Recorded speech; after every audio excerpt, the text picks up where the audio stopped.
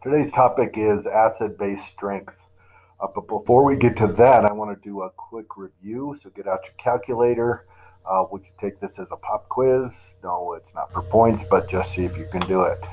Okay, so if the hydrogen ion concentration is 5.25 times 10 to the fifth, what is the pH, and is it an acid or a base? Okay, so if you need time to work this, then pause the video and try it. I'm going to explain how to do it. pH is the negative log of this. So if you take the negative log of this, you're going to get a 4 point something, which would make it an acid, a weak acid. Okay, second one, if the pH, or excuse me, if the solution turns litmus red, what is it? Blue to red acid, so it's an acid. If the pH paper is green-blue, it's going to be a base. And if phenolphthalein is pink, it's also a base.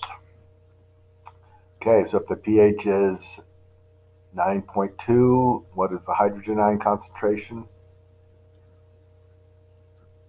Okay, hydrogen ion concentration is 10 to the negative pH, so it's going to be 10 to the negative 9.2. Solve for that, and it's going to be something times 10 to the negative 10th. I don't have my calculator, which would make it a base.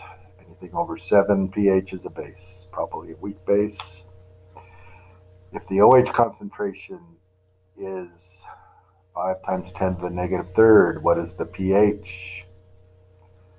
Okay, pH is the negative log of not the hydroxide concentration, but the hydrogen ion concentration. So we have to either you take the negative log of this and then subtract it from 14 to get the pH, or you take 10 to the negative 14th and divide it by this, and then take the negative log of that. Either way, the pH is going to be just below 7, which would make it a weak acid. And then this one, what is the hydrogen ion concentration at pH of a 0.12 molar acetic acid solution? Now, this is going to be the culmination of today's topic, because this is a weak acid. And finding the hydrogen ion concentration and pH of a weak acid is a little bit protracted. You need to know three things. First, what is the K value? Okay, equilibrium constant value for acids and bases. That's today's topic. Then you need the balanced equation, or the dissociation equation, and then the dissociation constant. And then you plug this value into here and then solve for this. And I'll show you how to do that later. So how do you know if an acid is strong? What does it mean to be a strong acid? So if you think back to the solutions unit, we learned about this. Remember, strong acid, strong means that it completely ionizes or dissociates in water. Okay. Every single acid molecule. So if you know the concentration of the acid, then since every single one of these dissociates, you're going to know the hydronium or hydrogen ion concentration. Okay, so if we take the dissociation expression, the easiest version is this. So a generic acid is H sub A, H showing it's an acid, A short for acid. So this would be the positive ion, this would be the negative ion. Okay, so the dissociation or ionization constant expression would be the hydronium ion times the negative ion over the concentration of the acid.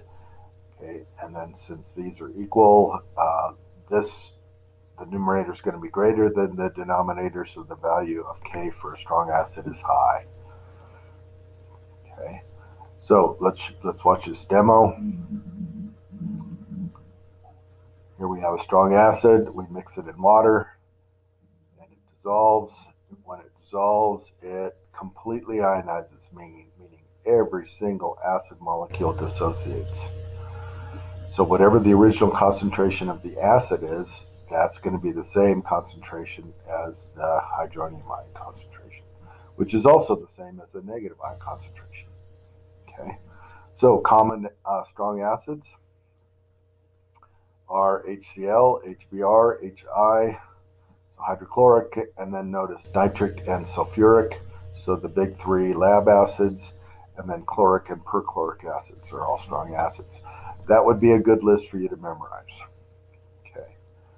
Now, so if strong acids completely ionize or completely dissociate, what would a weak acid do? Weak acids incompletely form hydronium ions. So let's watch that dissociation. First, we dissolve it in water, and then as it dissolves, only some of the acid molecules break apart. So it only partially ionizes.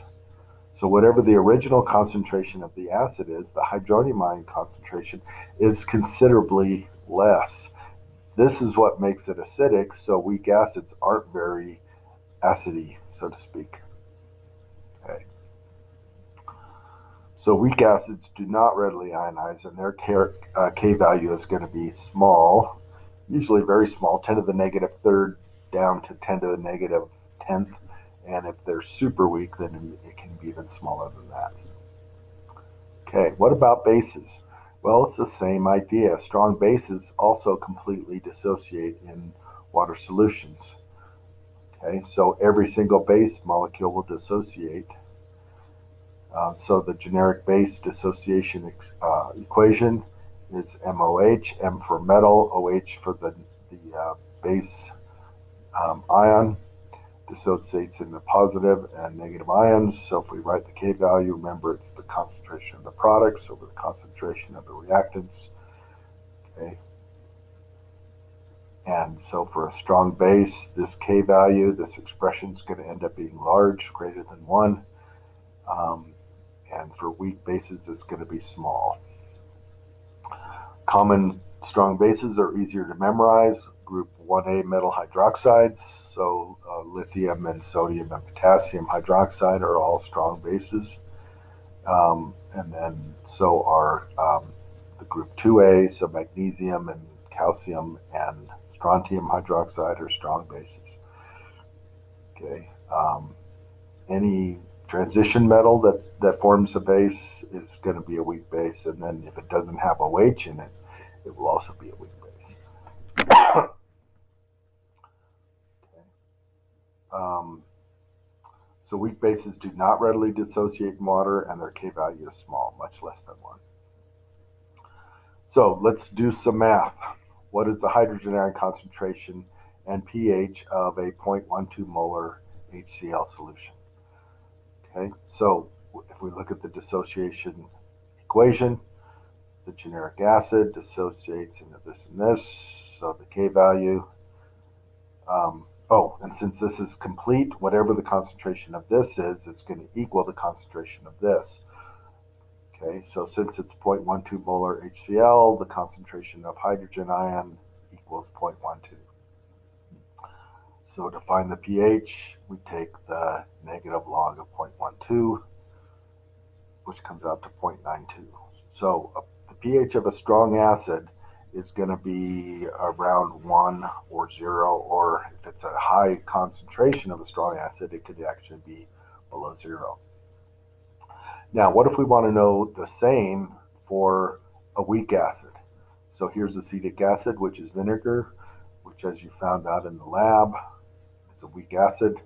So if we have a weak concentration of a weak acid, it takes a little bit of math to figure out the hydrogen ion and the pH. Okay, so if we look at the same expression, we know that this concentration is significantly less than what this is. So we need to actually plug in the values here. So the Ka we get from here. These two are what we don't know, but they're equal to each other.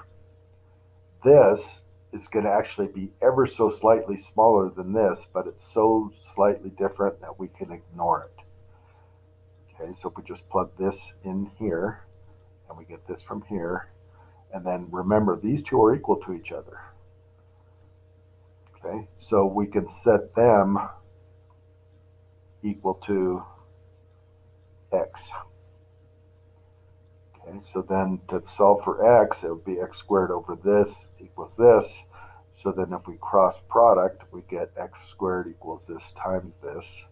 So x equals the square root of those two, which equals 1.4 0.47 times 10 to the negative third, which is the value for the hydrogen ion concentration. So then the pH is the negative log of that, which is going to be 2.8. Okay. So weak bases, the pH can be anywhere from 2 up to, almost 7, just under 7. Okay, that's it for the notes. Good luck with the study guide.